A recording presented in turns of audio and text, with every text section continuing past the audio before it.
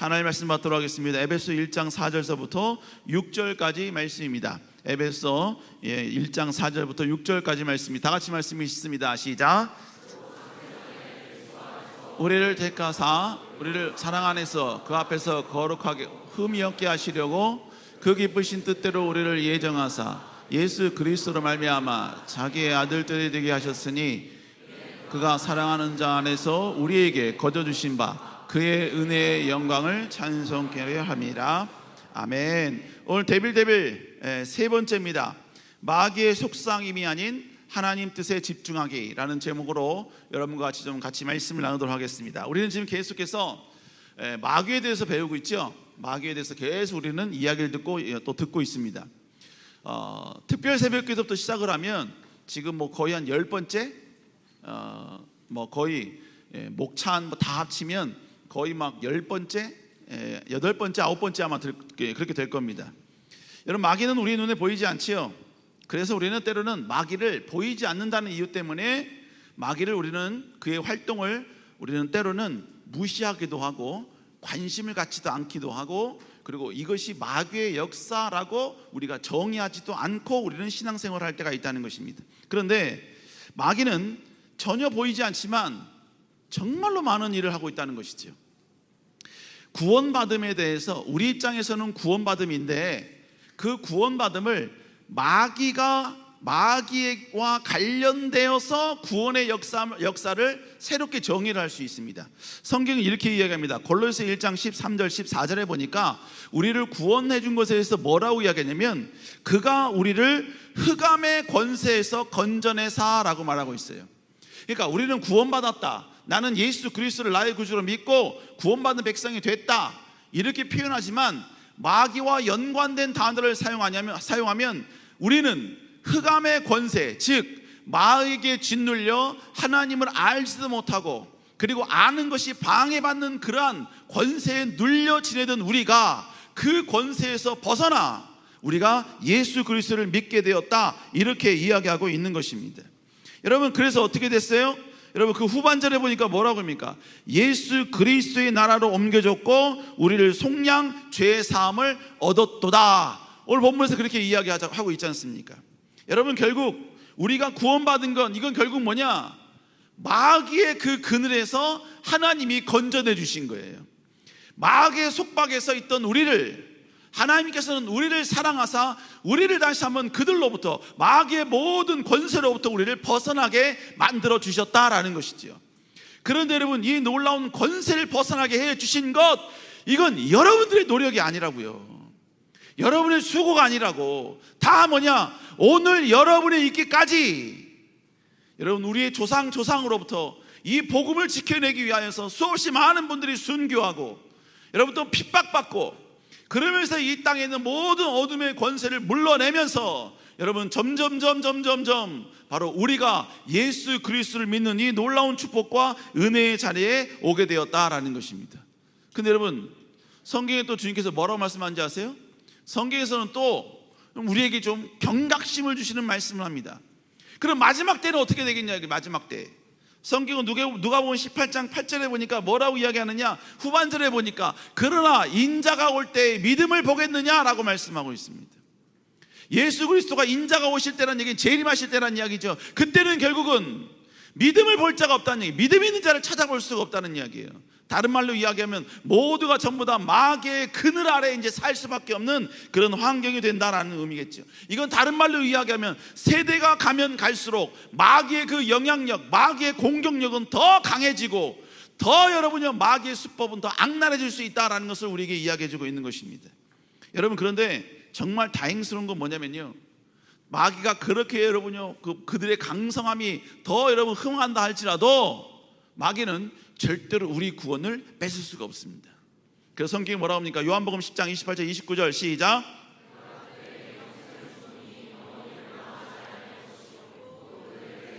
빼앗을 자가 없느니라. 그들을 주신 내 아버지는 많이보다 크시며 빼앗을 자가 없느니라. 하나님이, 예수님이 뭐라고 말씀하시냐? 내가 너에게 영생을 주신대요. 그런데 영생을 주는데 주님이 우리의 영생을 가진 우리를 꽉 잡고 있다는 거야. 그래서 누구도 예수님이 잡고 있는 우리를 빼앗아갈 수 없다는 겁니다. 그런데 그 다음 구절에 뭐라고 하냐면 많이보다 크신 아버지가 또 우리를 붙잡고 있다는 거예요. 그러므로 여러분, 결국 하나님 앞에 한 번 구원받은 백성은 절대로 마귀가 우리의 구원을 빼앗을 수가 없는 것입니다. 자, 그러면 여러분, 마귀는 우리에게서 구원을 빼앗을 수 없다는 것을 마귀도 알고 있어요. 그러면 마귀는 그냥 구원이라는 영역에서 도저히 우리를 믿는 자들을 도전할 수 없기 때문에 그냥 가만히 패배를 선언하고 있을까요? 아닙니다. 마귀는 또 다른 전략으로 우리를 계속해서 공격을 한다는 것이죠. 이게 무슨 얘기냐? 구원받았으니까 구원받은 대로 끝내란 얘기예요. 구원받은 채로만 살란 이야기야. 구원받았으니까 일주일에 한 번 정도만 예배 드리고 세상 사람들이 살아가는 방식, 세상 사람들의 삶의 스타일, 세상 사람들이 추구하는 것, 세상 사람들이 계속해서 바라보는 그 즐거움, 누리고자 하는 그 모든 삶의 스타일, 세상 사람들이 추구하는 그 모든 것, 그것처럼 똑같이 생활하면서 똑같이 거기에 집중하면서 그냥 일주일에 한 번씩 교회 나오라는 거죠. 여러분, 계속해서 우리에게 이런 생각을 심어 넣어준다는 것입니다. 여러분, 구원받은 백성은 절대로 구원으로 끝나서는 안 된다는 거예요. 구원은 우리 그리스도인에게 끝이 아니에요. 새로운 시작입니다. 구원받으면 되는 게 아니야. 구원받았기 때문에 이제부터는 하나님 나라 영광을 위해 쓰임받는 존재가 되어야 된다는 것입니다. 자, 그러면 우리가 구원으로 끝나서는 안 되는 이유가 몇 가지가 있어요. 첫 번째 뭐냐? 우리는 하나님은 구원받은 우리를 사용하시기를 원한다는 것을 우리는 알아야 된다는 거예요. 여러분, Start with Why라는 책이 있습니다. 그 책에서 계속해서 이야기하는 건 뭘 말하냐면 어떤 일을 할 때 항상 질문하라는 거야. 네가 이거 왜 하냐? 이걸 왜 해야 되냐? 계속 물어보라는 것이죠. 이렇게 왜라는 질문을 계속해서 물어보는 이유는 뭐냐? 결국은 이 행동을 하는 근원에 대해서 질문하는 것입니다. 왜라는 질문에 대해서 대답하지 못하면 자기는 지금 열심히 하는데 왜 하는지 몰라. 열심히 하는데 왜 하는지 모르니까 어느 방향으로 가야 될지를 몰라. 이걸 왜 하는지 모르니까 뭐를 제거하고 뭘 포기하고 어디에 집중해야 될지를 모르는 거예요. 여러분, 계속해서 이 Why라는 질문을 계속 해야 된다는 거예요. 왜 공부하지? 왜 직장 다니지? 왜 돈을 벌지? 왜 더 나아가서는 왜 사니? 이 질문에 대해서 계속 우리는 들을 수 있어야 된다는 것입니다.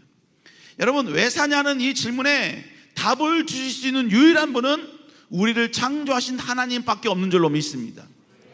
여러분, 여기 이제 난 이게 여기 왜 있는지 모르겠어요. 이게 여기 왜 있죠? 칼춤을 추라고 있는 건가? 아마 이 예화를 위해서 이게 여기 있을 거예요. 여기 있는 이 칼은 다른 게 아니죠. 이 칼이 여기 있는데, 칼이 존재하는 이유는 왜 그래요? 이 칼을 만든 사람은 이 칼을 통해서 요리하라고 이걸 쓴 겁니다. 그지요? 면도하라고 이걸 쓴 건 아니잖아요. 그죠? 안 할게 걱정하지 마. 여러분, 만약에 여러분 지금 왜 우하고 있는 거죠? 왜 하고 있어요? 다른 거 아니죠. 이거는 요리할 때 쓰라고 하는 거지 면도할 때 쓰라는 게 아니니까 여러분 오하는 거예요. 여러분, 결국 이 땅 가운데 모든 존재한 또 있어. 이거 뭐야? 젓가락이에요. 젓가락인지 모른가? 이 젓가락 빨대 나색을 해야겠다. 여러분, 이 젓가락 이거 10원, 20원, 30원도 안 하지요. 여러분, 이 젓가락이 이렇게 바닥에 떨어졌으면 여러분 저 주우실 거예요? 주워요? 오늘 설교가 좀 퍽퍽할 것 같다. 누가 저걸 줍죠?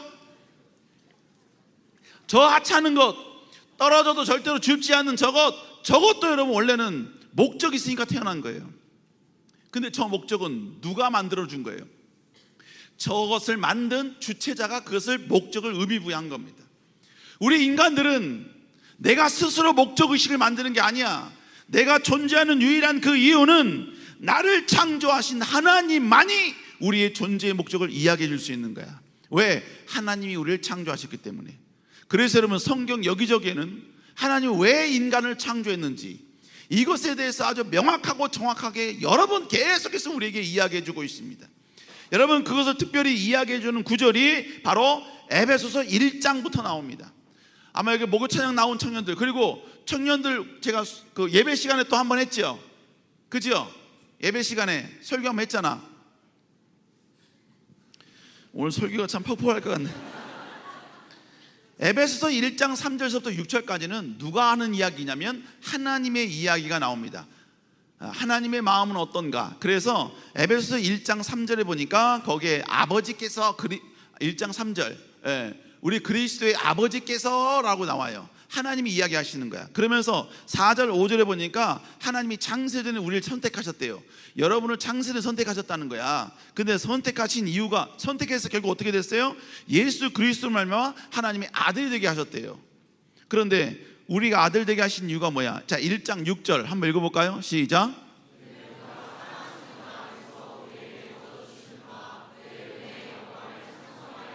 여러분, 성경에서 이는이라는 뜻은 뭐냐면 그 까닭은, 그 이유는, 그런 뜻이에요.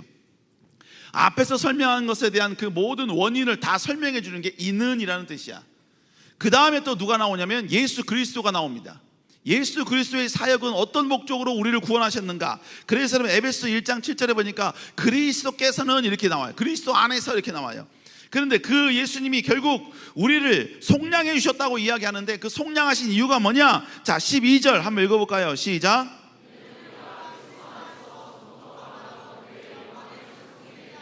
그의 영광에 찬송이 되게 하려 함이라. 여러분, 계속해서 이야기가 뭐라는 거예요? 하나님은 우리를 창조하신 목적이 하나님의 영광을 위해 창조했다. 그 다음 13절부터는 이제 뭐가 나오면 성령 사역이 나옵니다. 성령은 어떻게 사역을 하셨고 그 사역하신 이유가 뭐냐? 여러분, 그래서 13절에 성령으로 사역한다라고 이야기하면서 14절에서는 또 이렇게 이야기해요. 읽어보겠습니다. 시작. 또 이는이라고 나오죠.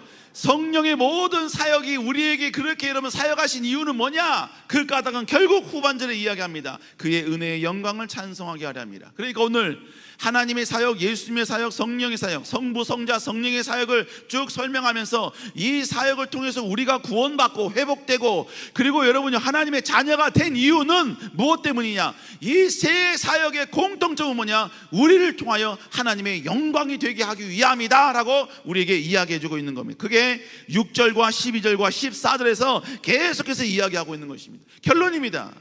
결론이에요. 설교 결론이 아니라 여기까지 한 것에 대한 결론입니다.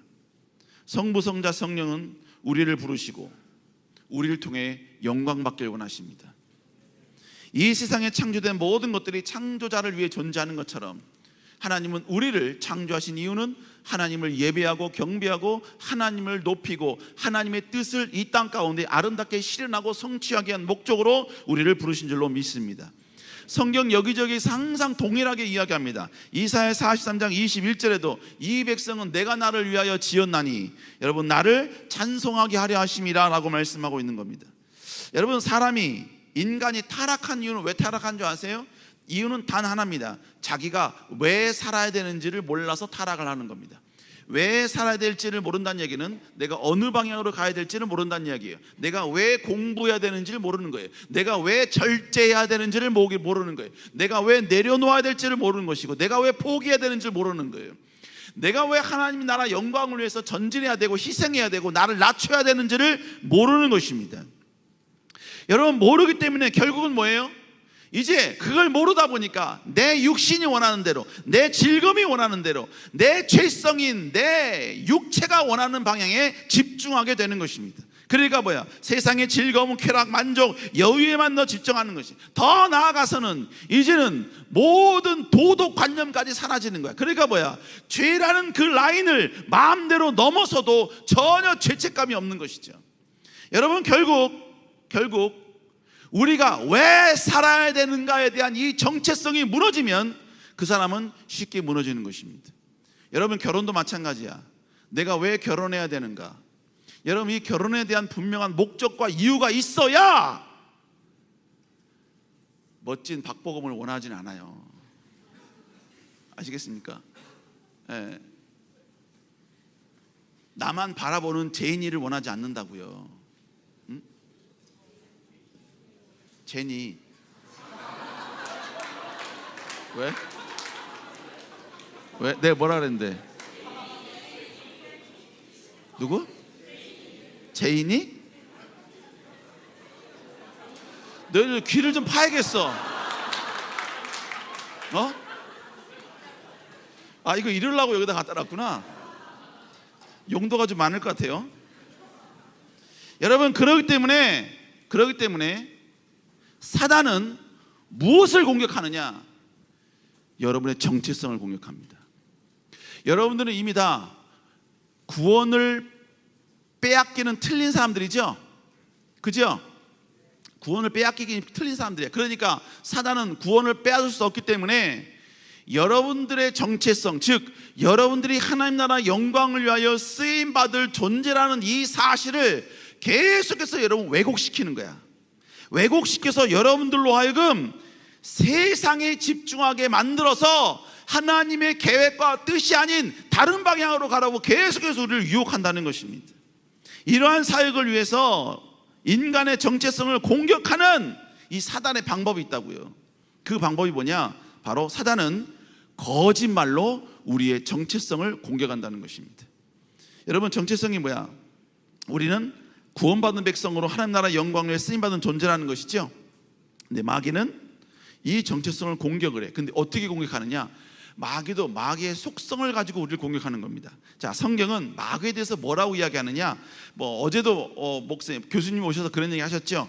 요한복음 8장 44절에 보니까 사단은 어떤 존재인가에 대해서 쭉 설명을 합니다. 그러면서 맨 마지막 구절에 뭐라고 하냐? 자, 노란 글씨로 읽어볼까요? 시작.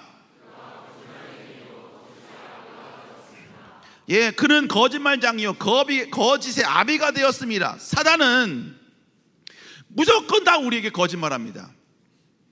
사단이 죄성을 가진 우리에게 다가와서 우리의 마음, 죄성을 가진 우리의 마음을 자극해서 계속해서 우리에게 다 거짓말을 해대는 것이죠. 문제는 뭐냐면 그 사단의 거짓말이 논리적이라는 거예요. 근거가 있다는 이야기예요. 그래서 그 근거를 가지고 우리를 공격하는 겁니다. 그런데 그 근거는 다 무의미한 근거예요. 예를 한번 들어볼게요. 내가 과거에 죄를 졌어. 이 죄를 지었는데 이 죄에 내가 하나님께 회개했어. 그러면 여러분, 우리가 첫날 이야기했죠? 내가 하나님께 회개한 것은 하나님이 기억조차 하지 않는다 그랬죠? 그죠? 그런데 사단이 내 생각 속에 계속해서 나를 공격하는 거야. 너 2018년 4월 2일 날 너 이 죄 저질렀잖아. 아무도 모르게 은밀히 저질렀잖아. 너 그 죄 저질면서 좋았잖아. 근데 하나님께 회개했다고? 야, 웃기지 마. 이 죄를, 이만큼 큰 죄를 저질렀는데 무슨 하나님이 너희 죄를 용서해줘? 말 같은 소리래. 너는 이 죄에 대해서 최소한 너 스스로 좀 자학을 해야 돼. 자학을 해야 돼. 이게 뭐야?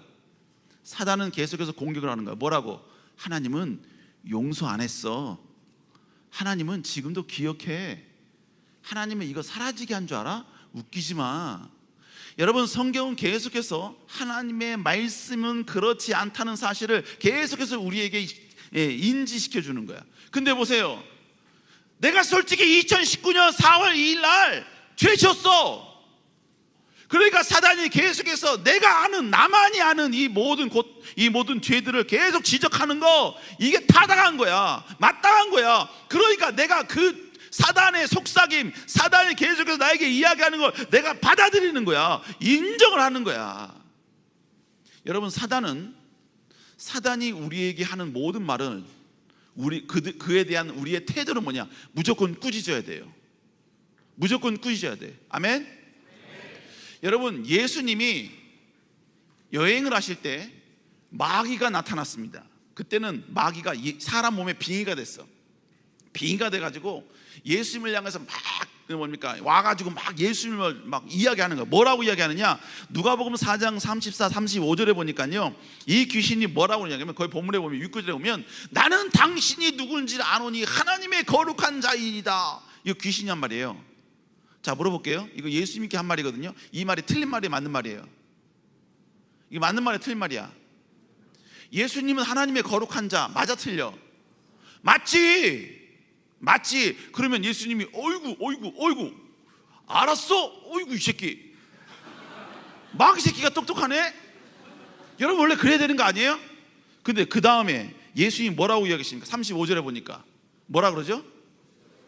꾸짖어 이르시되 잠잠해 임마, 잠잠해, 시끄러 임마, 조용해.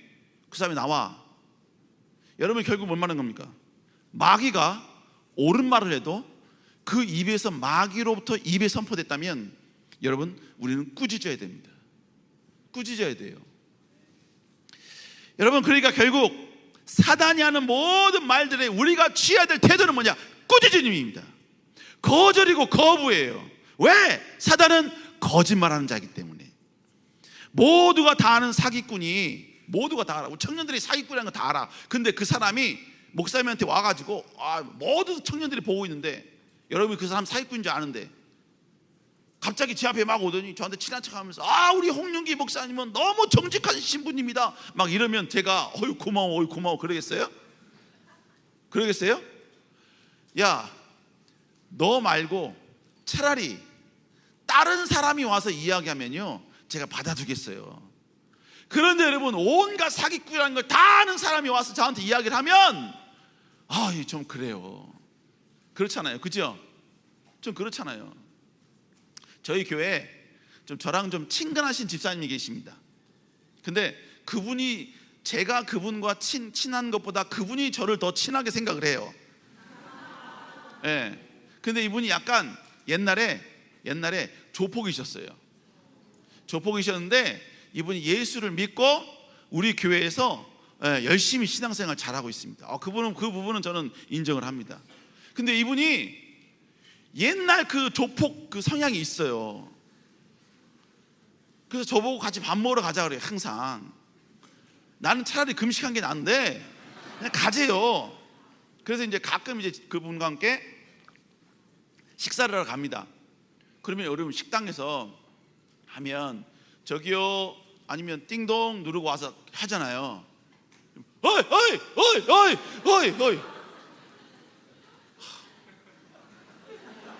양식장은 헤이 그러는데 어이 막 그러면요 내가 화끈화끈거려요. 그럼 이제 집사님 내가 할게. 그리고 또 뭡니까 막 거기서 뭡니까 막 앉아 계시는데 그냥 앉아 계시는 게 아니라 막 이렇게 막 거드름 피우시면서 막 목사님 막 이러고 막 이래요. 부담스러워. 그렇다고 그분이 싫은 건 아니야. 근데 그분과 같이 식사를 갈 바에 차라리 내가 시킵니다. 배민을 시켜요. 왜? 내 방에서는 어떻게 해도 제가 다 이해하고 납득이 되니까. 여러분, 마귀는 거짓말하는 자이기 때문에 거짓말하는 얘가 아무리 정직한 이야기도 무조건 다 뭐야? 무조건 다 아니에요. 무조건 꾸짖는 거예요. 아멘? 여러분, 마귀가 여러분의 생각 속에 그냥 다 해버려. 괜찮아. 뒤집어 버려. 그냥 쏟아 버려. 그냥 분노 저질러 버려. 그냥 뒤집어 버려. 그냥 세상으로 나가버려. 저질러 버려. 그렇게 했을 때 여러분 그것에 뭐 해야 된다고? 꾸짖어야 됩니다. 꾸짖어야 되는 거예요. 우리 사랑청 여러분, 꾸짖을 수 있는 여러분 되시길 주의 이름으로 축복합니다. 거울을 보면서 여러분요 못생긴 것 같아. 이건 하나님의 음성일까요? 사단의 음성일까요? 그렇지. 이건 사단의 음성입니다. 하나님 안에서 못생긴 사람은 존재하지 않습니다. 하나님 안에서는 다 개성이 있는 거예요. 하나님께서 하나님의 형상으로 만드신 그 아름다운 모습이기 때문에 여러분들은 전부 다 하나님 보시기에 아름다운 존재인 거예요. 그러니까 여러분들은 여러분 자신들을 절대로 못생겼다 말하지 말고 아름답다 말해야 돼요. 아멘. 저는 어떤 청년이 저한테 와서 그런 얘기 하더라고요. 목사님의 삶은 안경을 벗기 이전과 이후로 나눠집니다 그러더라고요. 네. 그래서 제가요 십자가 걷어요. 사탄아 물러가라. 여러분, 제 인생은 안경을 벗고 난 이전과 이후로 나눠지는 게 아니에요. 저는 안경을 썼을 때도 저는 중학교 2학년 때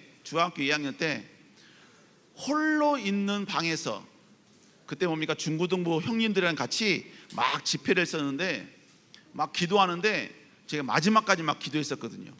마지막까지 기도했어요. 그때 하나님의 큰 은혜를 받았어요. 큰 은혜를 받았어요. 그때 이후로 저는 제 자신에 대해서 안경 쓰고 짜리몽탕하고 여러분 입술 두꺼워도 저는 단 한 번도 못생겼다라고 생각한 적이 없었습니다. 한 번도 없었어요. 그래서 여러분, 저는 저희 와이프랑 결혼하기 이전에 결혼하는 건 아무런 문제가 없을 거라고 혼자 뻑가 있었던 사람이 바로 저예요. 여러분, 제가 그렇게 변화된 이유는 무엇 때문이냐? 여러분, 제가 뭔가를 갖췄고 뭔가를 잘하고, 아니야. 나도 안경 쓸 때 내 사진 보면 기도가 나오긴 해요. 하지만 여러분요, 그게 그렇다고 해서 나는 절대로 못생겼다 이러지 않아. 그렇게 만든 존재가 누구냐? 하나님의 은혜였다고요. 하나님의 은혜가 있으니까 마귀가 여러분요, 넌 아니야, 너 못생겼어 라고 했을 때 NO! 이 새끼 어디 감히! 나는 하나님 안에서 아름다운 존재야. 하나님 안에서 아름다운 존재야. 아멘? 우리 옆 사람과 인사합시다. 당신은 하나님 안에서 개성 있는 존재입니다.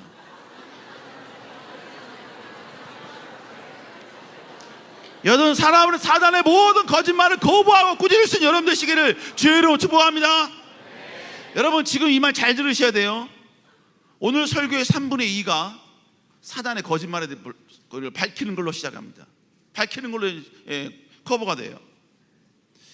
두 번째로, 근데요, 사단은 두 번째가 아니라 세 번째인데, 우리의 마음을 유혹하기 위해서 거짓말을 사용하는 루트가 있어. 제가 계속 몇 번 이야기했는데, 그게 뭐냐면, 세 번째로 우리의 마음과 생각에 사단의 생각을 넣어주는 거야. 사단의 거짓말을 넣어주는 거야. 제가 몇 번 이야기했죠. 지금 뭐 다 들었던 우리 청년들은 아마 아시겠지만, 새로운 청년들을 잠깐 언급을 하고 들어갑니다. 사단은 가룟 유다를 유혹을 했죠. 그래서 예수님을 팔게 했죠. 근데 그 팔게 했던 그 과정을 성경은 자세히 설명해 주고 있어요. 자, 13장 2절 한번 읽어볼까요? 시작.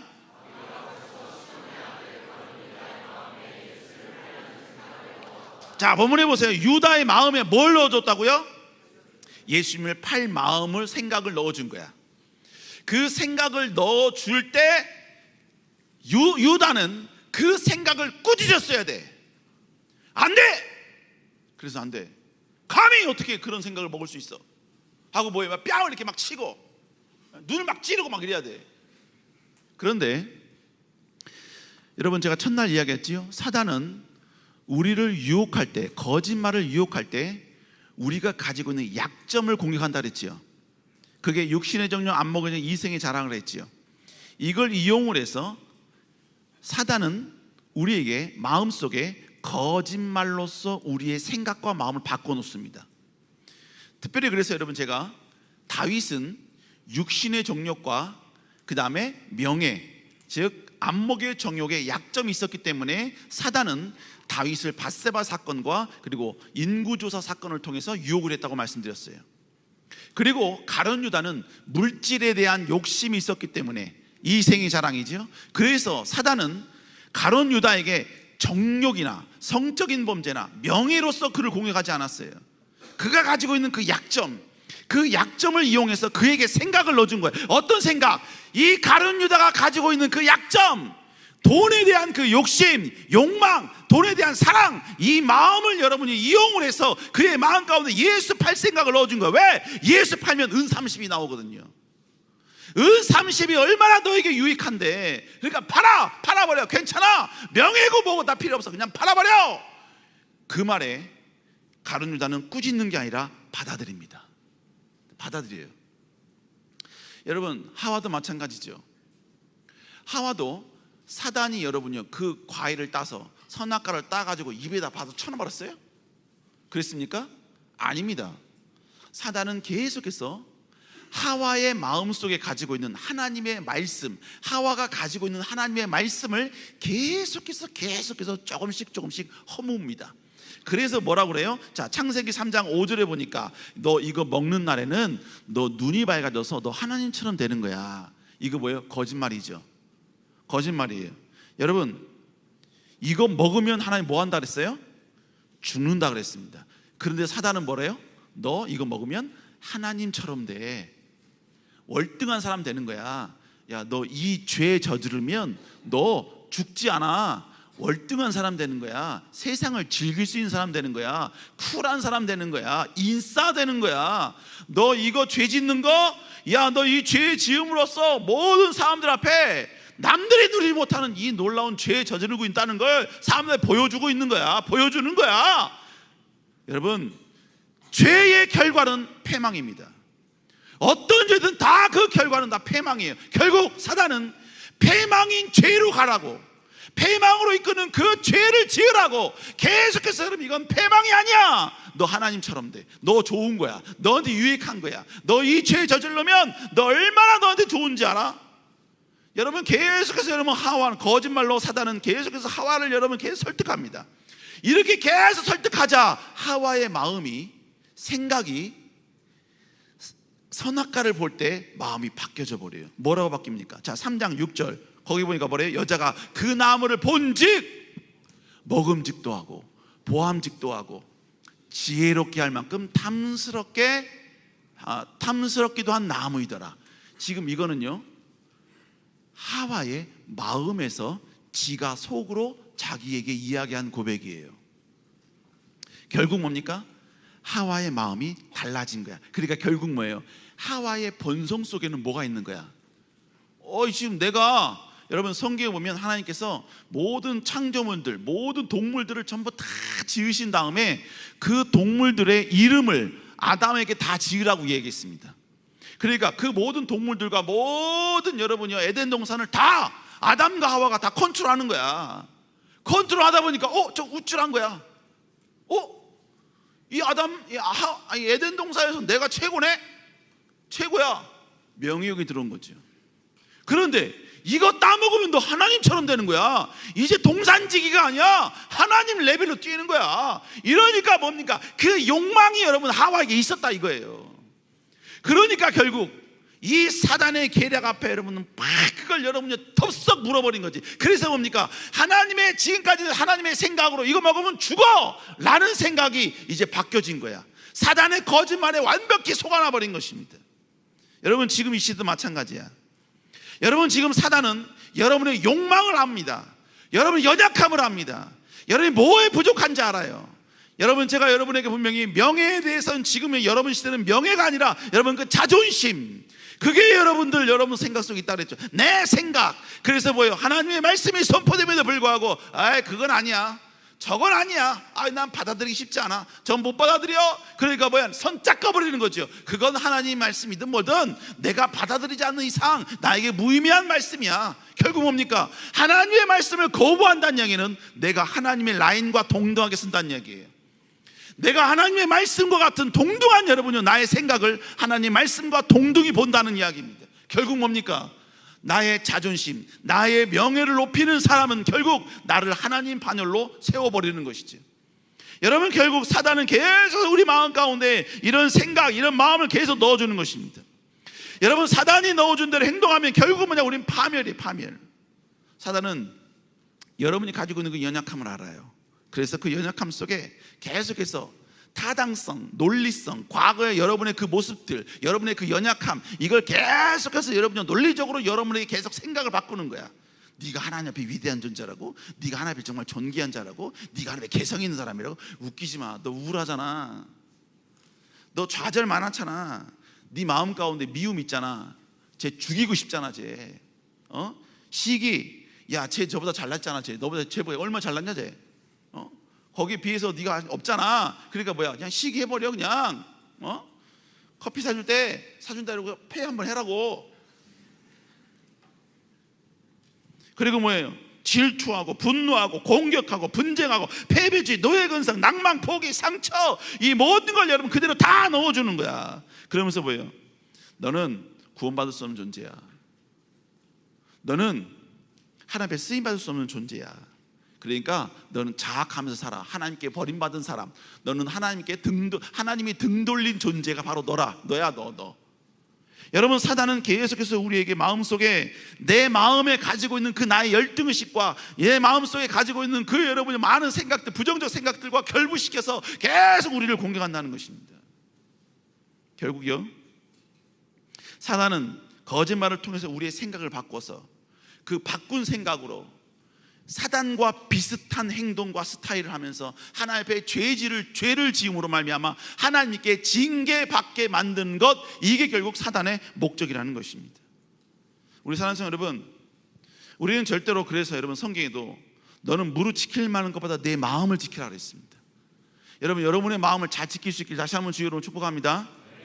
자, 그 다음, 그러면 여러분, 제가 아까 조금 전에 이 사단에 대한 계략을 알기 전에 첫 번째로 우리가 알아야 될 것들을 쭉 이야기를 했어요. 첫 번째가 뭐예요? 우리 하나님께 쓰임받은 존재다. 그죠? 그래서 사단은 우리의 정체성을 계속 공격한다. 근데 정체성을 공격할 때 계속해서 사단은 거짓말을 통해서 우리의 약점을 계속해서 한다.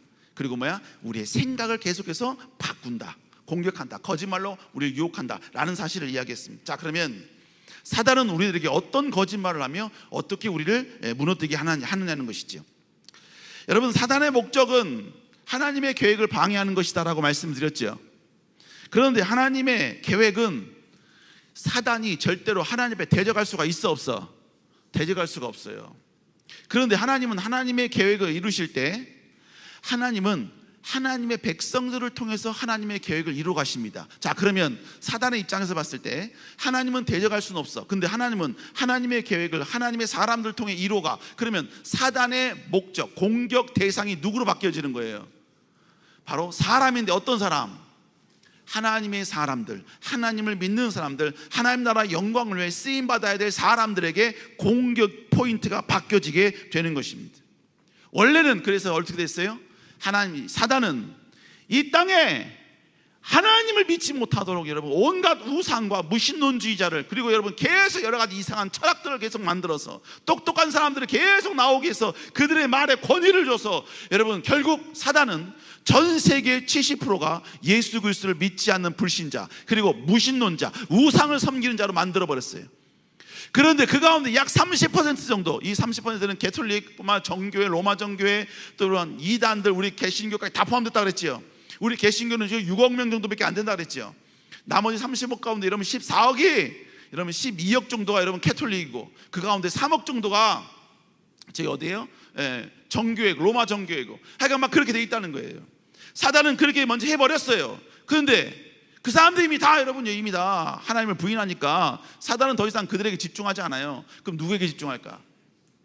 끝까지 말씀을 지키는 자들, 끝까지 하나님을 따라가는 사람들, 그 사람들을 계속해서 짓밟고 무너뜨리고 공격하는데 모든 에너지를 이 사단들이 다 쏟아붓는다는 것입니다. 그 쏟아붓는 방법이 뭐예요? 거짓말한다는 거예요.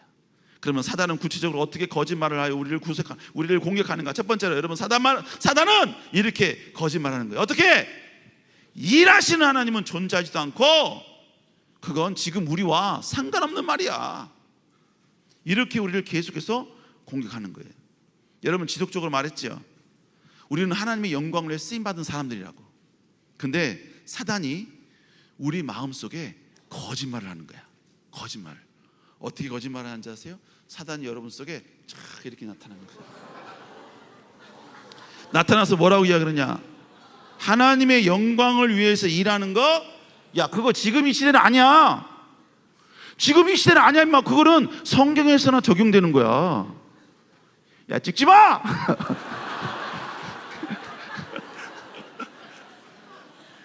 야, 지금 야, 사사들이나 다윗들이나 하나님께 쓰임 받는 거지. 야, 지금 이 시대는 아니야, 임마. 지금 이 시대 무슨 하나님께 영광 받는다 그래, 무슨 쓰임 받는다 그래. 너는 그냥 그런 거 아니니까 돈이나 잘 벌어, 그리고 명예나 잘 얻어. 그래서 네가 이 땅에 사는데 그거 갖고 누려, 그냥 그거 갖고 즐겨. 그거 갖고 살라고 하나님께 영광 돌리는 거, 하나님 일하시는 하나님, 야, 그거는 성경에만 있는 거야. 결국 뭘 말하는 거야? 여러분, 이 마귀가 결국 하는 얘기는 결국 뭡니까? 하나님을 성경 안에만 존재하는 하나님, 신약시대 이전에만 존재하는 하나님, 그리고 지금은 쉬시는 하나님, 노시는 하나님, 아무것도 안 하시는 하나님, 방관하시는 하나님, 여러분 이렇게 만들어버리는 거짓말이에요. 거짓말. 성경은 뭐라고 얘기합니까? 요한복음 5장 17절에 뭐라고 얘기합니까? 읽어볼까요? 시작.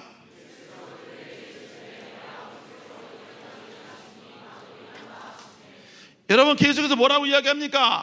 하나님이 일하시니까 나도 일한다.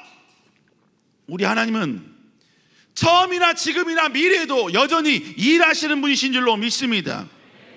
그렇기 때문에 여러분, 하나님은 지금도 하나님의 강력한 영을 하나님의 백성들에게 부어주시는 거예요.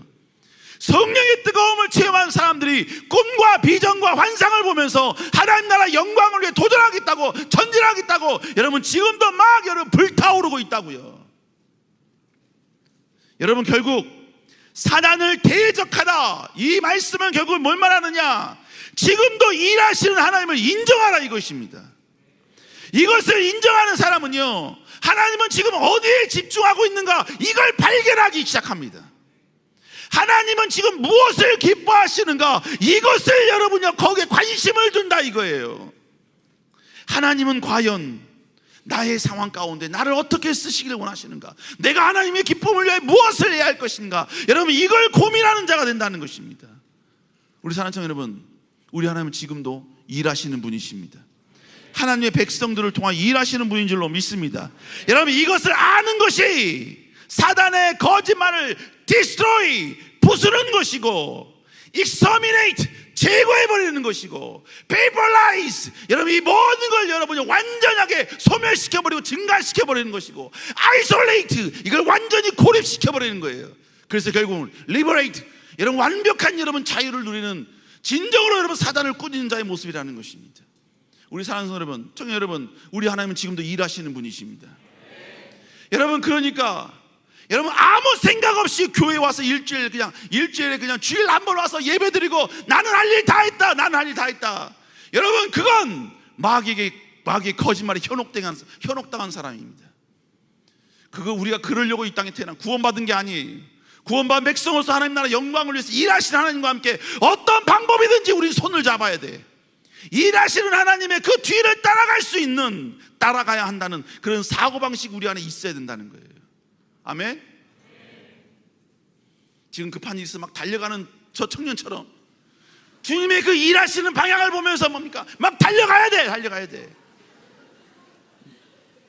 이제 절대로 못 나가 이제.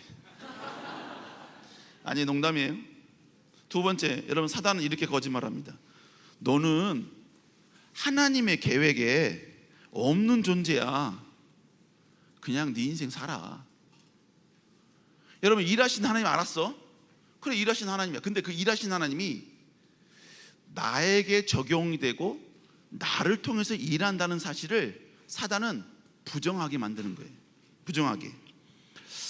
여러분 이게 결국 뭐냐면, 내가 여러분이 일하신 하나님을 느꼈다, 그 인정한다, 이건 뭘 말하느냐? 사단의 1단계 거짓말을 우리가 꾸짖었다는 이야기야. 리부크했다는 얘기야.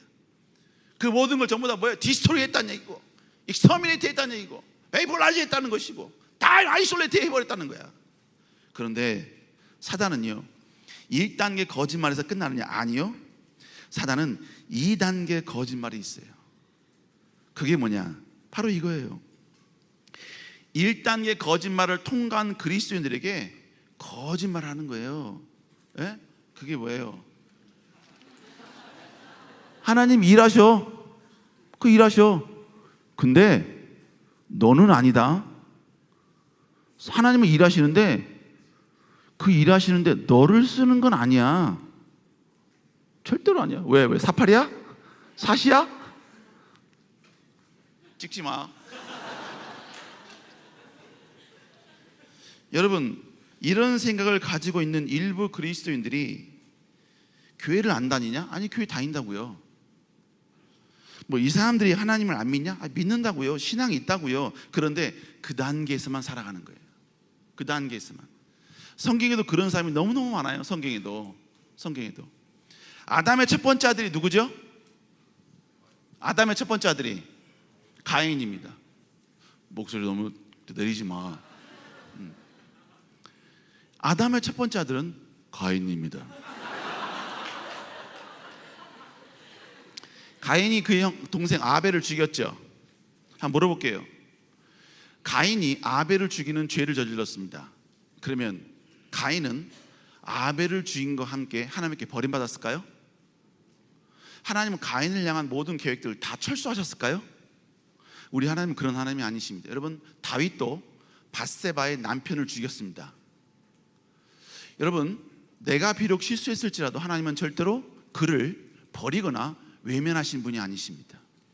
다시 하나님께 엎드리고 하나님께 나오면 그를 분명히 사용하는 거예요. 근데 사단은 거짓말합니다. 너 이런 죄 저질렀지? 넌 안 돼.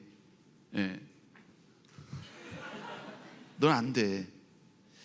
여러분, 그런데 가인은 그럴지라도 하나님이 자기를 향한 계획이 있다는 이 사실을 망각합니다. 망각했기 때문에 그는 결국 어떻게 했느냐? 하나님과 관계없는 삶을 살기 시작합니다. 이건 어떻게 할 수 있냐면, 참 희한한 건요, 가인의 후의 자녀들은 똑똑한 사람들이 정말 많이 나왔습니다. 하나님께서는 특별히 하나님의 그 모든 족보 가운데 보면 아브라함서부터 예수 그리스도까지 주로예요. 100%는 아니지만 장남을 통해서 그 모든 계보를 이어갔습니다. 물론 다윗도 막내긴 했습니다만 거의 다 장남을 통해서 하나님의 계보를 이어갔어요. 장남에 대한 특권입니다. 그렇기 때문에 가인이 비록 그렇게 됐지만 그 가인의 자손들은 하나님이 어마어마한 축복을 주십니다. 그래서 창세기 4장 20절부터 22절에 보면 가인의 후예가 나와요. 근데 그 가인들의 후예에 대해서 뭐라고 이야기하냐면 다 뭐냐면 조상들이 됐대. 뭔 조상? 아다라는 사람은요, 야발을 낳았는데 그는 가축을 치는 자의 조상이 돼요. 처음으로 목축업을 완성시킨 사람이에요. 또 그 아우 유발이 있는데 그는 수금 퉁소를 잡는 모든 자의 조상이 되었습니다. 음악을 창조한 사람이 된 거예요. 또 신라는 두발 가인을 낳았는데 그는 쇠와 구리로 여러 가지 기구를 만드는 자가 되었습니다. 여러분, 최초로 제조업이 시작이 되는 겁니다. 여러 가지를 만들 수 있는 존재, 똑똑하니까 이게 가능한 거예요. 그런데 문제는 뭐냐? 이들은 하나님과 전혀 관계없는 인생을 삽니다. 하나님과는, 하나님의 계획, 하나님의 목적과는 전혀 여러분요 동떨어진 인생을 산다는 것입니다.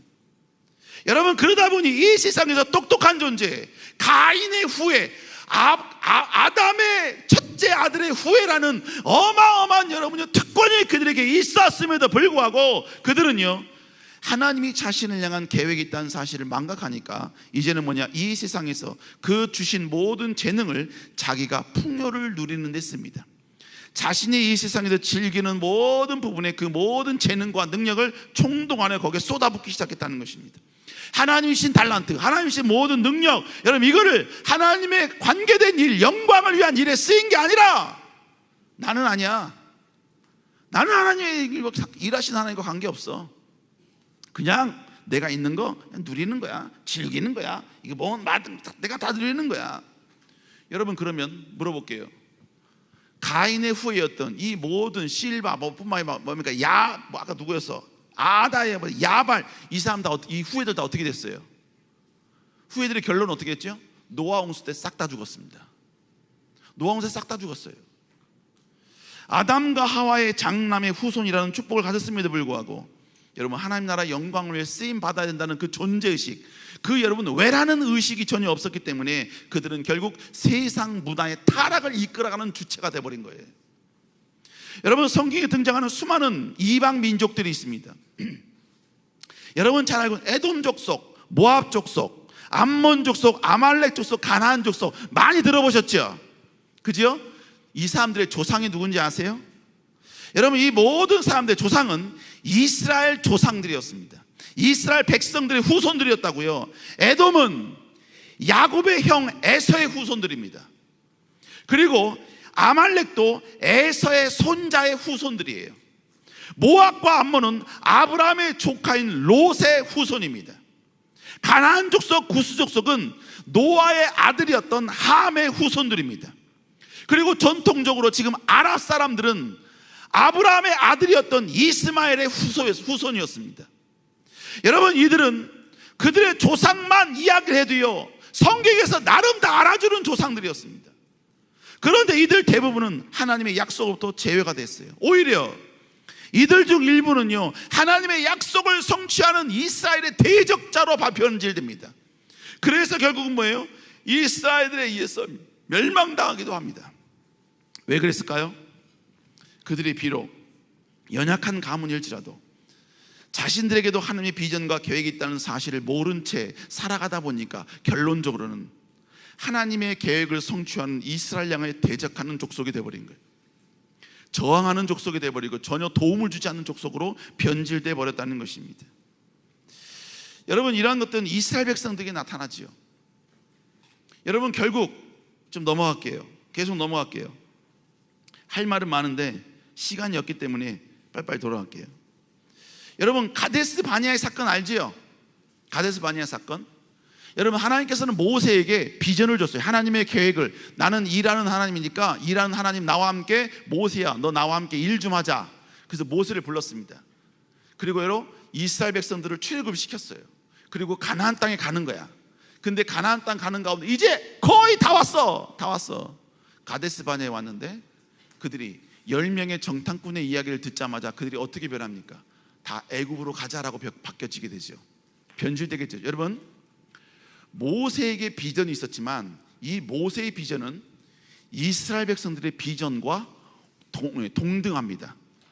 그러니까 이스라엘 백성들은 리더인 모세의 비전을 바라보면서 그들이 그 시대의 모세와 함께 일하시는 하나님의 그 계획을 성취해야 한다는 의식이 그들 안에 있어야 된다고요. 근데 그들은 그 의식이 없었어. 그러니까 가데스 바네아에서 한 번에 위기가 오니까 다 뭐라 그래? 애굽으로 가자, 애굽으로 가자, 애굽으로 가자, 애굽으로 가자. 애굽으로 가자라는 그 고백은 결국 얼마나 합니까? 하나님의 약속, 하나님의 계획을 완전히 찢어버리자, 완전히 뭉개버리자, 완전히 짓밟아버리자, 이 말이에요. 이건 사단이 원하는 말입니다. 사단이 그 민족에게 추구하고픈 목적이었다고요. 그런데 그것을 누가 하고 있는 거예요? 이스라엘 백성들이 그 짓거리를 하고 있는 거야. 여러분, 결국 뭘 말하는 겁니까? 그래서 하나님이 뭐라고 이야기해요? 여러분, 성경에 보니까 민수기 14장 23절에 보니까 너희들 누구도 절대로 가나안 땅 못 들어갈 거야. 한 사람도 보지 못할 거야. 이 말이 뭐예요? 다 없애버리겠다는 것이죠. 원래는 하나님 이 사람을 다 죽여버리려고 했어요. 자, 민수기 14장 12절에 보니까 뭐라고 합니까? 내가 전염병으로 그들을 쳐서 아예 그냥 새로운 족속들을 만들어버리겠다고 했습니다. 여러분, 결국 이 모든 모습을 즐거워하는 게 누구예요? 사단이라고. 사단.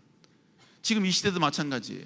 이 시대에도 여러분, 사단은 우리에게도 하나님의 비전과 계획이 있다는 사실을 아예 생각하지 말고 그냥 살아가기를 원해. 교회 나와, 주일날 한번 나오라니까. 그리고 주중에 나올 필요도 없고 예배 그냥 한 번만 드리면 되지 뭘 그냥 계속 나와. 그리고 세상에도 바쁘잖아. 가서 일해, 최선을 다해, 돈 많이 벌어, 그리고 즐겨 누려. 그리고 일주일에 한 번 나와, 예배 드려. 예배 드리다가 어제 좀 과음해서 좀 졸리면 자, 괜찮아. 저 3층 올라가서 자, 뭐 어때? 예배 왔잖아, 교회 왔잖아. 그럼 된 거야. 넌 큰일 한 거야. 우리 사랑하는 여러분, 이 마귀의 거짓말 어떻게 된다고요? 꾸짖어야 됩니다. 꾸짖어야 돼. 여러분, 성경에 보면 누가복음 12장에 보면 이와 똑같은 사람이 나와요. 그 사람이 뭐라는 줄 아세요? 누가복음 12장 19절에 보니까 하여간 나 물건 많이 쌓아놓고 그냥 즐기자 이런 거야. 먹고 마시자. 그때 주님이 뭐라고 말씀하시냐? 누가복음 12장 20절 21절 뭐라고 얘기하냐? 야, 오늘 밤에 내가 네 영혼 데려가면 너 어떻게 할 거냐? 그러면서 21절에 이렇게 얘기해요. 한번 읽어볼까요? 시작.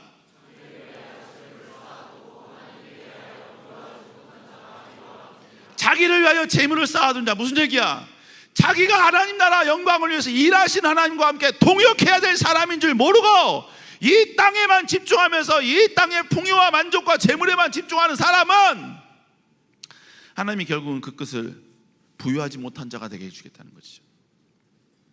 우리 사랑하는 여러분, 우리는 다시 한번 하나님, 일하신 하나님은 여러분과 함께 일하기를 원하신다는 이 명백한 사실을 절대로 믿어야 될 줄로 믿습니다. 아멘. 이걸 믿는 게 결국 뭐야? 이게 바로 데빌 디스트로이 하는 거고, 익스터미네이트 하는 거고, 베이퍼라이즈 하는 거고, 이게 바로 아이솔레이트 하는 거예요. 이런 여러분들 수 있길 주의 이름으로 축복합니다. 세 번째로, 사단은 또 이렇게 거짓말해요. 너는 하찮은 존재이기 때문에 하나님께 쓰임받을 수가 없어. 예? 여러분, 첫째 단계, 일하신 하나님 이제 알았어. 두 번째, 내가 일하신 하나님과 연관 있는 존재네, 알았어.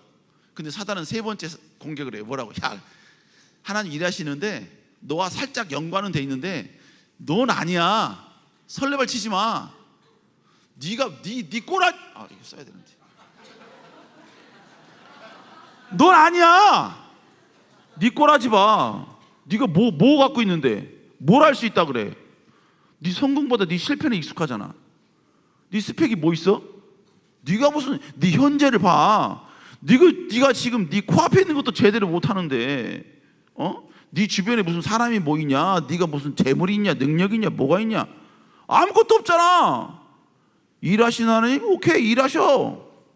그리고 그 일하시면 너와 관계 있어? 그 일 쓸 수 있어. 근데 넌 아니야. 착각하지 마. 여러분, 이게 바로 사단의 모습이라는 거예요.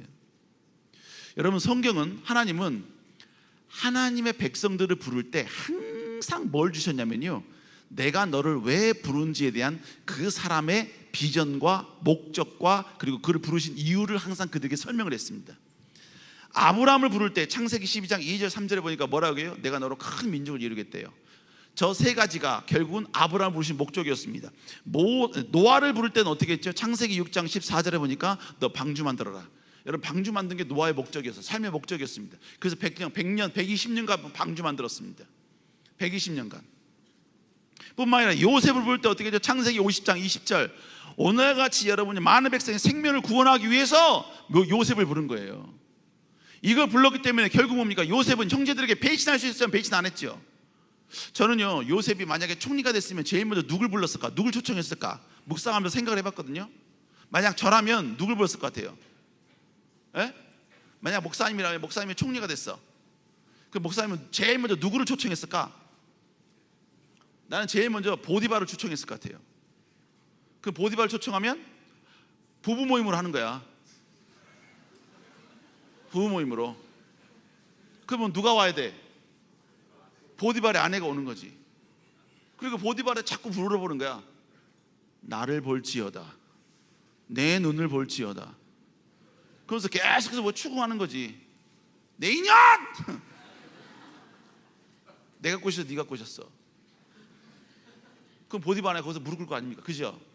근데 성경은 요셉이 그걸 했다라고 말하진 않습니다. 왜 그랬을까? 요셉은 내가 왜 지금 여기 왔는지를 아니까 나를 고통스럽게 한 그 사람도 나를 훈련시키는 도구였던 거예요. 나를 성장시키는 도구였고, 내가 지금 여기까지 오는 데 있어서 그 사람이 나를 모함했기 때문에 감옥에 들어가서 정치인들을 만나, 빵장관, 술장관 만나서 여기 오게 된 거예요. 그 모든 과정이 다 이해가 되는 거야. 결국 뭡니까? 나를 부르신 그 목적이 확실하니까 용서가 가능해지게 된 겁니다. 납득과 수용이 가능하게 되는 것이고, 여러분, 어디에 집중할 게 가능한 것이고, 기다림이 가능한 거야.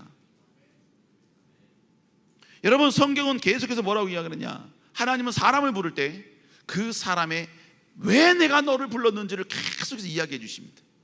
모세도 마찬가지였죠. 모세, 여러분, 제가 몇 번 말하죠. 모세는 하나님이 내가 너 쓸게, 나 일하신 하나님인데 내가 너와 함께 일하고 싶어 라고 했을 때 모세는 5번을 거절합니다. 대단한 사람이에요, 모세. 대단한 사람. 그 5번 거절이 출애굽기 3장 11절서부터 4장 13절까지 장장, 여러분, 2장에 걸쳐서 나옵니다. 근데요, 우리 하나님도 참 인내심이 많죠.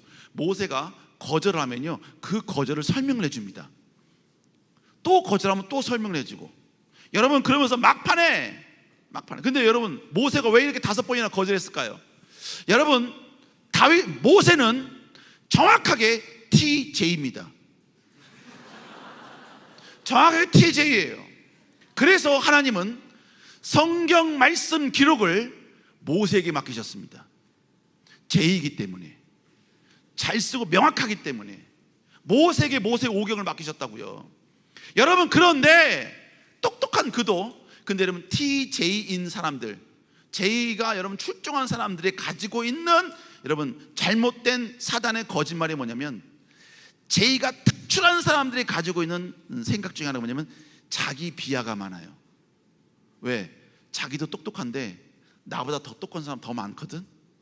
그러니까 똑똑한 나를 보는 게 아니라 나보다 더 똑똑한 사람을 보면서 자기를 움츠려 들고 약간 여러분 자기를 비하하고, 여러분 그런 게 똑똑한데도 불구하고 모세가 그랬다니까. 그러니까 뭐야? 하나님 앞에 5번을 거절해. 근데 5번 거절할 때에도 그가 거절한 이유가 너무나 타당해. 왜? 40년 동안 광야에서 여러분 목동왕 놀이 하고 있었거든요.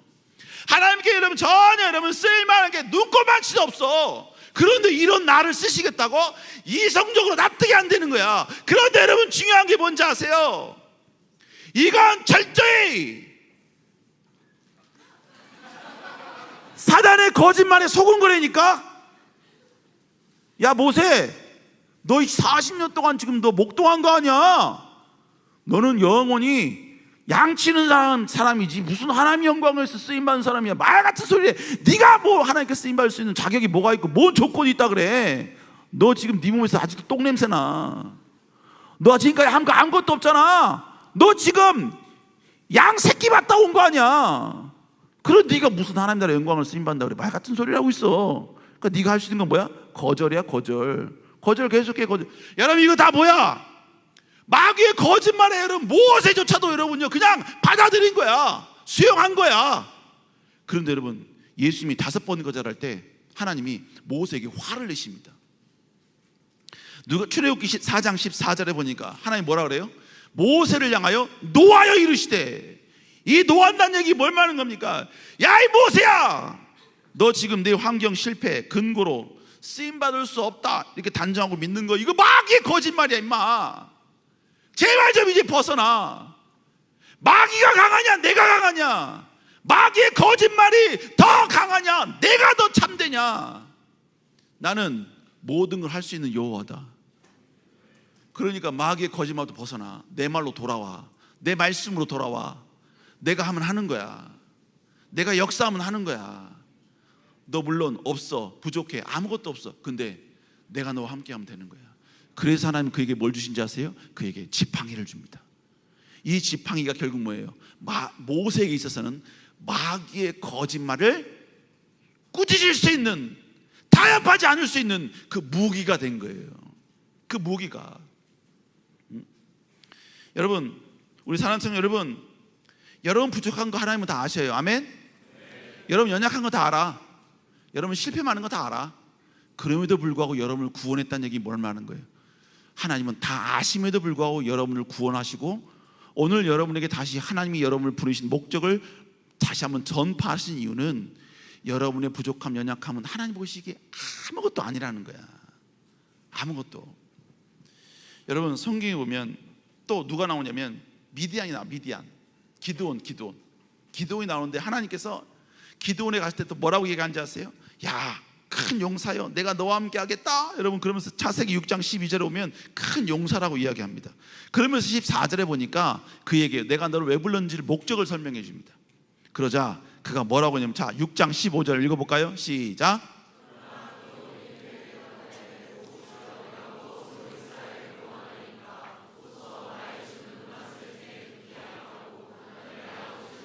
야 하나님이 내가 너 쓸게, 너 큰 용사야 이렇게 불렀는데 이 미디안 이 기드온이 뭐라 그래요? 아니요, 나는 므낫세 중에서 극히 약하고 가장 작은 자입니다. 큰 용사라고 했는데 하나님의 그 말씀에 대해서 나는 작은 자입니다. 가장 작은 자입니다. 완전히 최상급을 통해서 자기를 표현하고 있다고요. 이것도 왜 그래? 사단한테 완전히 속아서 그런 거예요. 사단이 너 알잖아 기드온, 너 쓰임받을 수 없는 거 알잖아. 네 환경, 네 조건 봐. 아무것도 없잖아.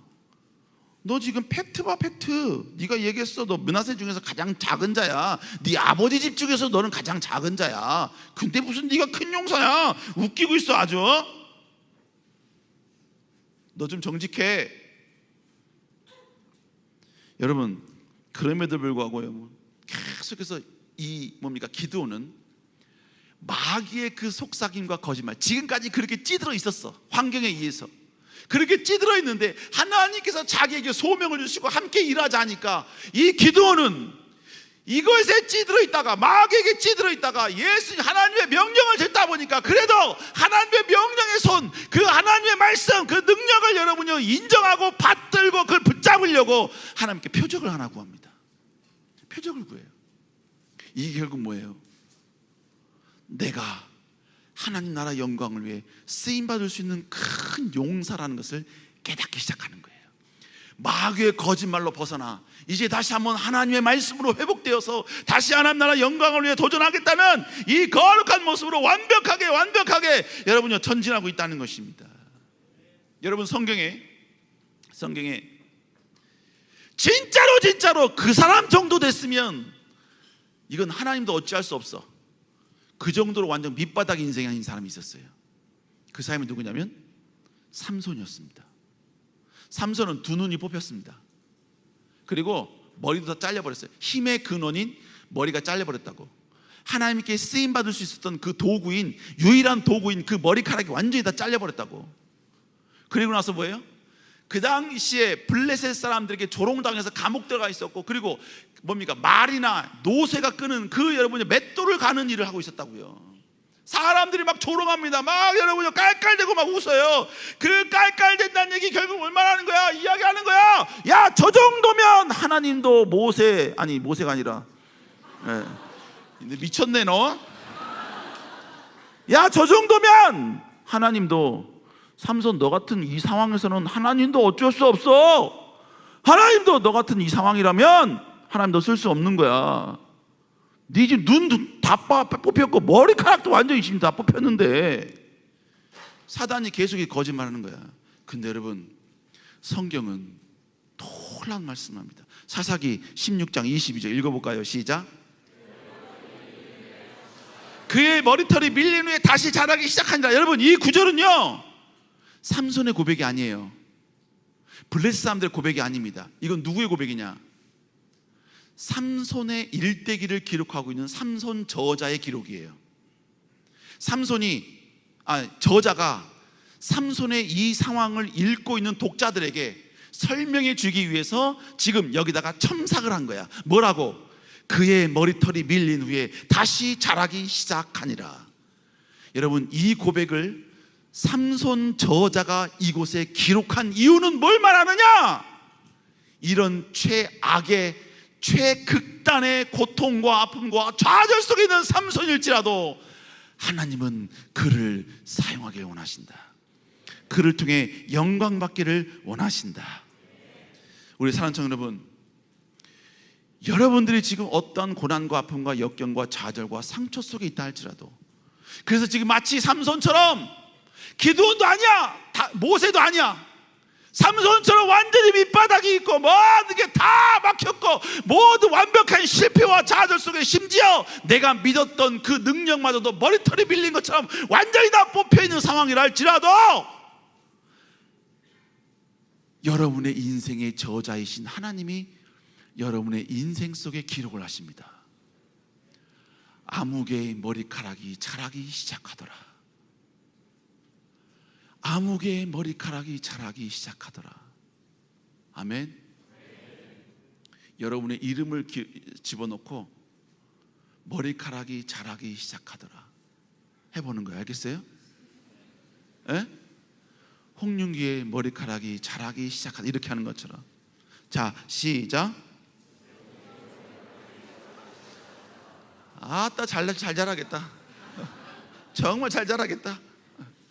여러분, 중요한 건 뭐예요?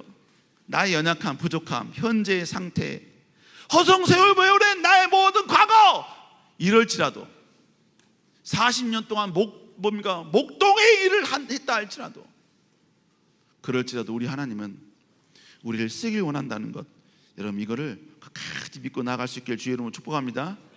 이걸 믿는 것이, 이걸 사단의 거짓말에 호응하지 않는 것이, 이게 결국 뭐예요? 사단의 거짓말에 여러분 디스토리 하는 것이고, 익스터미네이트 하는 것이고, 베이폴라이즈 하는 것이고, 아이솔레이트 하는 것이고, 결국 리버레이트. 여러분 완벽히 여러분 사단의 거짓으로부터 자유해지는 거야. 아멘. 네 번째로, 여러분 사단이 이렇게 거짓말해. 뭐라고? 부름받아 쓰임 받았으면 그걸로 충분해. 그냥 끝까지 갈 필요 없어. 그냥 타협해. 이게 무슨 얘기냐? 여러분, 다윗의 연약함이 뭐고, 뿐만 아니라 우리가 너무나 잘 알고 있는 가룟 유다의 연약함이 뭐냐? 중간에 쓰러졌다는 거예요. 중간에 쓰러졌다는 거야. 여러분 사단은 그래 한때 크게 쓰임 받아. 이건 여러분 네 번째 거짓이에요. 거짓말이에요. 그래 크게 쓰임 받아. 근데 결정적인 순간에 한번 확 꼬꾸라지게 해버리는 거야. 결정적인 순간에 여러분 더 이상 여러분 회복이 안 될 정도로 완벽한 죄를 짓게 해서 완전히 쓰러지게 만들어 버리는 거야. 우리 사랑하는 청년 여러분, 우리는 끝까지 하나님 나라 영광을 위해 달려나가야 될 줄로 믿습니다. 그래서 에베소 교회를 향하여서 여러분 성경에 예수님이 뭐라고 책망한지 아십니까? 요한계시록 2장 4절 5절 아주 중요한 거예요. 한번 읽어볼까요? 시작.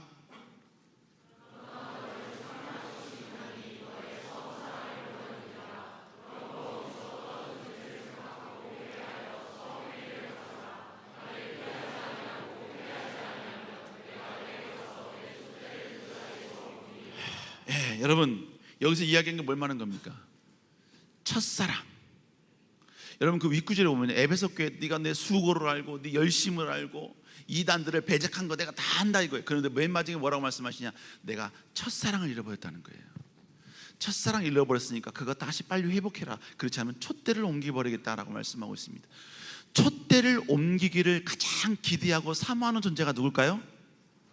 마귀예요. 열심히 하는데 중간에 첫사랑 딱 식어져 버리라 이거예요. 열심히 했지. 그러다가 어떤 상처, 어떤 아픔, 고통이 오면 상처 딱 받고 그냥 지금까지 했던 모든 열심들 그냥 다 그냥 뒤집어 엎어버리고 그냥 그렇게 가라 이거예요. 쓰러져 버려, 넘어져 버리라 이거예요. 우리 사랑하는 청년 여러분, 우리는 끝까지 하나님 나라 영광을 위해 달려나가야 될 줄로 믿습니다. 여러분 그래서 우리는 마지막까지 롱런해야 돼. 아멘. 여러분 불행하지만 우리가 죽어야 우리의 사명은 끝납니다. 아멘. 예수님이 맨 마지막 십자가에 돌아가실 때 예수님은 십자가에서 얼마나 그 고통이 심하다는 걸 주님은 아셨어요. 그래서 겟세마네 동산에 뭐라고 합니까? 할만 하시거든 이 잔을 내게서 옮겨달라 그러죠. 그죠? 그런데 아버지의 뜻이거든 이 잔을 옮기지 말아라라고 이야기합니다. 내가 그 잔을 마시겠다고 이야기하시죠. 왜 그러죠? 예수님은 일하시는 하나님이 나를 이 땅에 보내신 이유가 뭔지 명확하게 알았기 때문에 핍박을 선택합니다. 고통을 선택합니다. 그리고 최악의 고통 십자가에서 여러분 마지막 돌아가시죠. 근데 예수님이 마지막 돌아가실 때 7마디 가상 7언을 하시는데 그 가운데 5번째가 뭐였냐? 엘리 쏘리 6번째가 내가 다 이루었다 이 말이에요. 내가 다 이루었다. 여러분 이 고백은 예수 그리스도 이 시기에 가능한 고백이에요. 여러분 우리 그리스도인은 맨 마지막 죽을 때 내 통장에 얼마가 있는데 그 누구 주고 와 내가 이거 집이 먹여 있는데 뭐 안방은 누구 주고 건너방은 누구 주고. 우리 그리스도인은 그렇게 죽으면 안 돼요. 최소한 다 이루었다 이 말을 하고 죽으면 싸가지 없는 거고. 옛날에 지금 신효석 목사 있죠?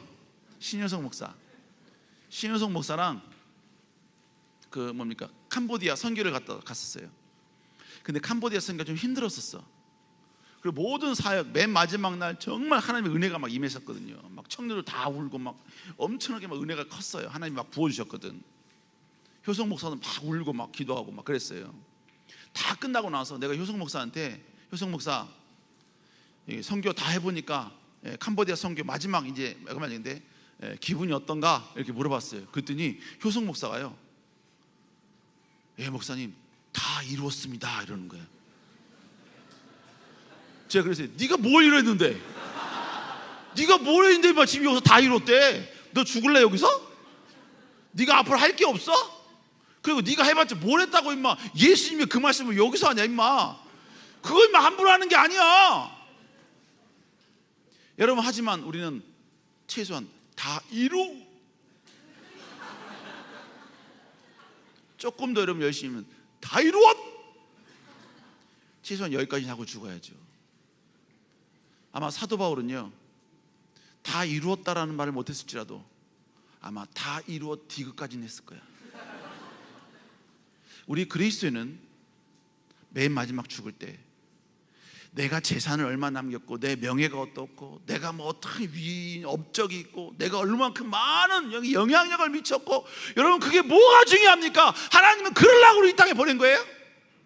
그러려고 여러분 예수 그리스도가 우리를 위해서 십자가에서 여러분 그렇게 비참하게 죽은 겁니까?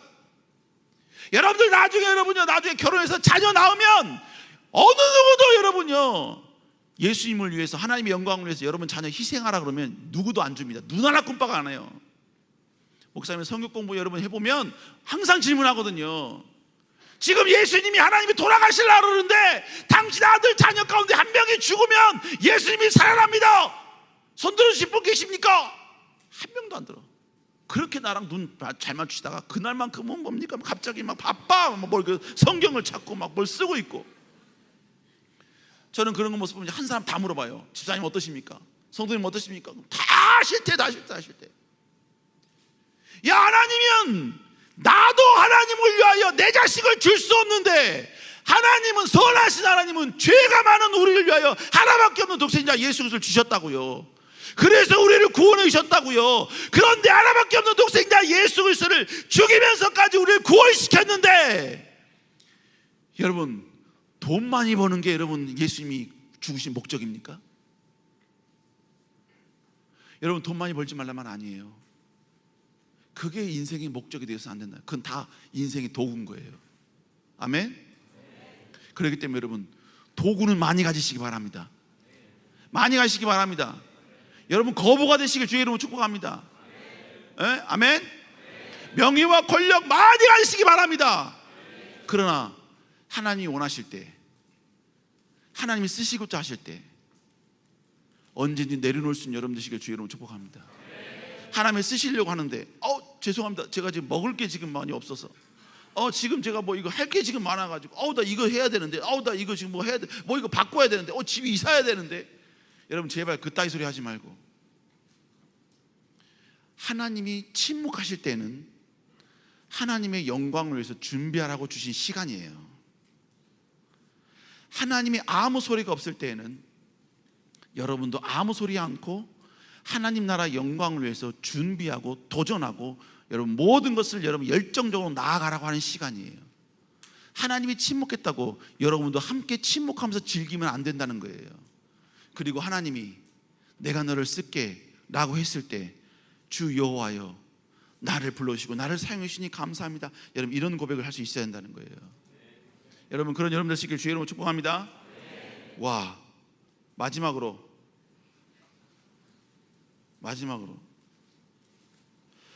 마지막이야?